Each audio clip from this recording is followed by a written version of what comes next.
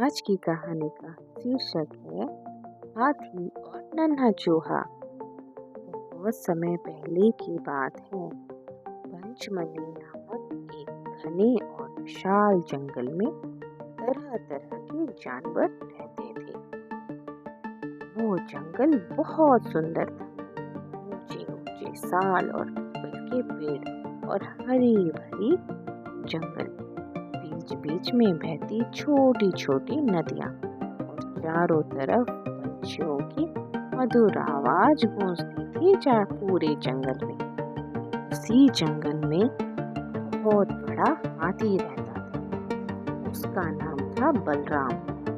बलराम अपने नाम की तरह ही बहुत बलवान था। उसकी विशाल कान और लंबी सूंड और भारी भरकम शरीर पूरा जंगल कांप उठता था जब वो चलता था। उसे अपनी ताकत पर बड़ा घमंड था। बलराम अक्सर सोचता, इस जंगल में मुझसे ताकतवर कोई नहीं, मैं जिसे चाहूं चल सकता हूँ। जंगल की दूसरी तरफ था एक नन्हा सा छोटा सा चूहा जो अपने दिल में अपने परिवार के साथ रहता था। उस नन्हे से चूहे का नाम था चिंटू। चिंटू बहुत छोटा था, लेकिन बहुत समझदार, बहुत मेहनती और किसी को परेशान नहीं करता, हमेशा अपने काम से काम रखता। दोपहर का समय था, गर्मियों का मौसम। हाथी बलराम को बहुत गर्मी लग रही थी। वो जंगल में रहा था और गर्मी से परेशान था। वो छाया ढूंढते ढूंढते सीधा उस जगह पर पहुंच गया जहां चिंटू और उसका परिवार का बिल था। बलराम ने बिना देखे जोर से पैर पटक दिया। बिल हिल उठा। चिंटू किसी तरह बाहर कूद आया, लेकिन उसका छोटा सा पैर दब गया। चिंटू दर्द से कराह उठा। उसकी कांपती आवाज ने कहा, महाराज कृपया संभल कर चलिए, यह हमारा घर है। हाथी ने नीचे देखा। उसे एक छोटा सा चूहा दिखाई दिया। वह जोर जोर से हंसने लगा। अरे इतना छोटा जीभ भी बोलता है। हाथी बोला, मेरे एक पैर के नीचे तुम जैसे तो कुचले ही जाओगे। हाथी ने चिंटू का बड़ा अपमान किया। चिंटू ने हिम्मत करके कहा, महाराज आज आप ताकतवर हैं, लेकिन समय सबका बदलता है। समय सब कुछ बदल देता है। सुनकर हाथी और जोर से हंसा।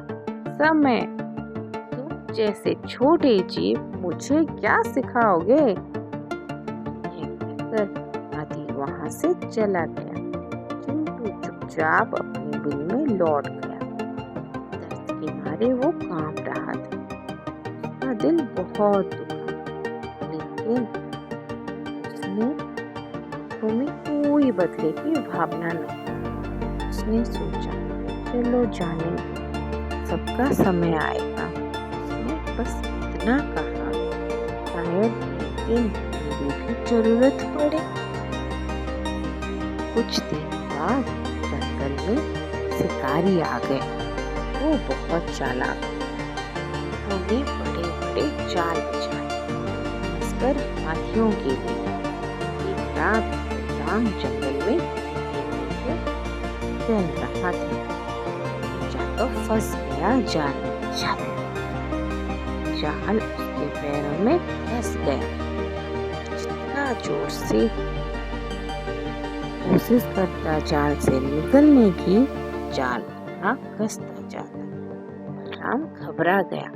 बचाओ बचाओ कहकर चिल्लाने लगा। उसकी जोरदार आवाज पूरे जंगल में गूंज उठी।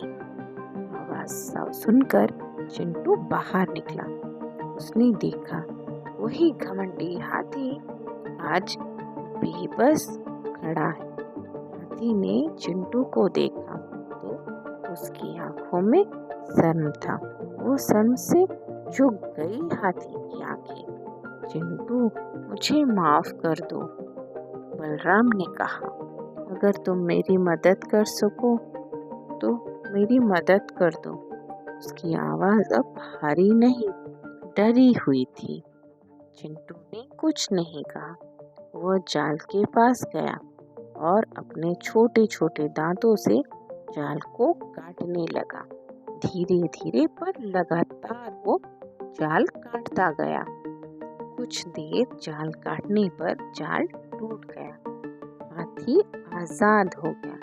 हाथी बलराम ने चिंटू को सूंड उठाकर धन्यवाद दिया और उसकी आंखों से आंसू भी गिरने लगे।